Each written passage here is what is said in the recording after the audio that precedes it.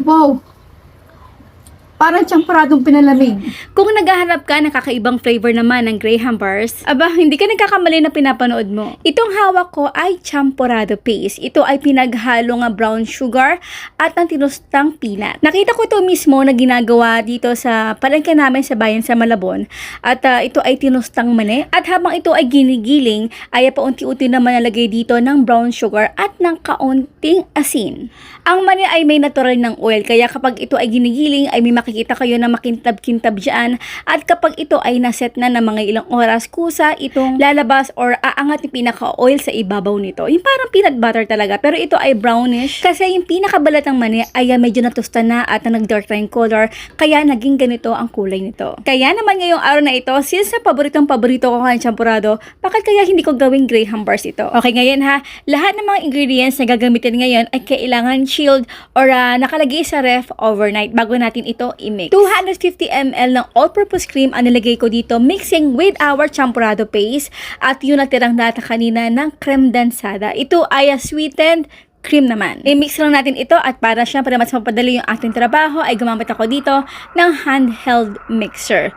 Kung kayo naman ay nalilito sa mga ating eksaktong measurement, don't worry. Ilalagay ko naman yan dito sa dulo ng ating video. Alam naman natin na mas masarap talagang kainin ang champurado kapag ito ay may gatas sa ibabaw or powdered milk, di ba? Kaya naman, ito ang ginawa ko. Ito lang naman ay effect na ating Graham bars. Para lang magkaroon siya ng evaporated milk effect sa ating champurado, ay hindi ko na ito minixan tuluyan. Kumbaga sa totoong champurado, ito yung pinaka-garnish niya, di ba? Oh, ayan. Syempre may nagtapyas kagabi.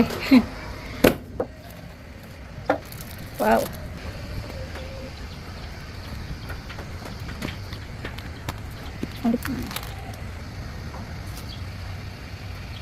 Sa mga gusto mag-business ng Graham bars, ay highly suggest na gumamit kayo ng manipis na foil kasi hindi dito aakma na kumbaga mas mahal, mas maganda, mas makapal, mas okay. Mas maganda talaga, cheaper, mas manipis, manageable ang ating foil dito at mas maganda pa yung pagkakabalot ng ating Graham bars. Mas malinis kasi ang pagkakabalot nito. Isang tap lang ay huhulman yung pinaka-foil natin dito sa ating Graham bars na square or kahit ano pang size ng ating Graham na gagamitin. Sa presyuhan nito, kayo na bahala guys. Ang champurado paste naman ay napakamura lang kaya kayang-kaya na.